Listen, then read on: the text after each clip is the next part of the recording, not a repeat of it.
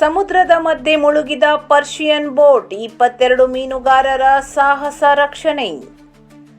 ಗೋವಾದ ಬೇತುಲ್ ಸಮುದ್ರ ಪ್ರದೇಶದಲ್ಲಿ ಮೀನುಗಾರಿಕೆ ನಡೆಸುತ್ತಿದ್ದ ವೇಳೆ ಪರ್ಷಿಯನ್ ಬೋಟ್ ಒಂದು ಸಮುದ್ರದ ಮಧ್ಯೆ ಮುಳುಗಿದ ಘಟನೆ ರವಿವಾರ ಸಂಜೆ ಸಂಭವಿಸಿದ್ದು, ಬೋಟ್ನಲ್ಲಿದ್ದ ಎಲ್ಲ 22 ಮೀನುಗಾರರನ್ನು ಸಾಹಸ ಕಾರ್ಯಾಚರಣೆ ಮೂಲಕ ಸುರಕ್ಷಿತವಾಗಿ ರಕ್ಷಿಸಲಾಗಿದೆ.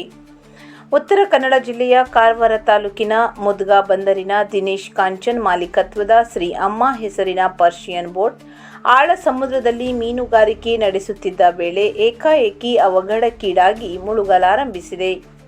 ಘಟನೆ ತಿಳಿಯುತ್ತಿದ್ದಂತೆ ಸಮೀಪದಲ್ಲಿದ್ದ ನರೇಶ್ ತಾಂಡೇಲ್ ಮಾಲೀಕತ್ವದ ಜಲರಾಜ್ ಬೋಟ್ ತಕ್ಷಣ ರಕ್ಷಣಾ ಕಾರ್ಯಕ್ಕೆ ಧಾವಿಸಿ ಬೋಟ್ನಲ್ಲಿ ಇದ್ದ ಎಲ್ಲ 22 ಮೀನುಗಾರರನ್ನು ಸುರಕ್ಷಿತವಾಗಿ ರಕ್ಷಿಸಿ ದಡಕ್ಕೆ ಕರೆತಂದಿದೆ.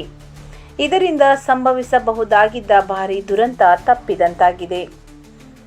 ಘಟನೆ ಬಳಿಕ ಸಮುದ್ರ ಪ್ರದೇಶದಲ್ಲಿ ಕೆಲಕಾಲ ಆತಂಕದ ವಾತಾವರಣ ನಿರ್ಮಾಣವಾಗಿದ್ದು, ಮುಳುಗಿದ್ದ ಬೋಟ್ ಹಾಗೂ ಅದರೊಂದಿಗೆ ಸಮುದ್ರದಲ್ಲಿ ಸಿಲುಕಿರುವ 2 ಬಲೆಗಳನ್ನು ರಕ್ಷಿಸುವ ಕಾರ್ಯ ಸೋಮವಾರವೂ ಮುಂದುವರೆದಿದೆ.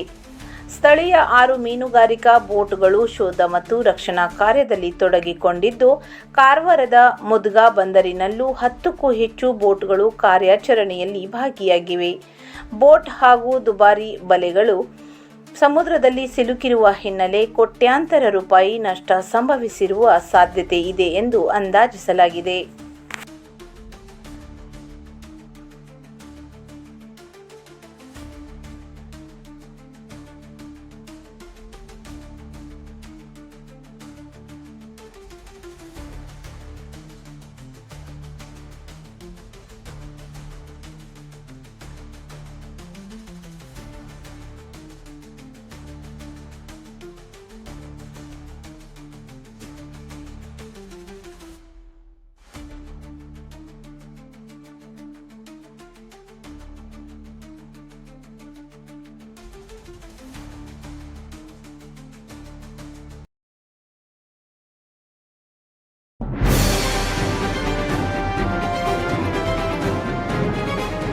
ಇದು ಖಾಲಿ ಡಿಜಿಟಲ್ ವಾಹಿನಿ, ಸತ್ಯ ಮತ್ತು ಸ್ಪಷ್ಟ ಸುದ್ದಿ.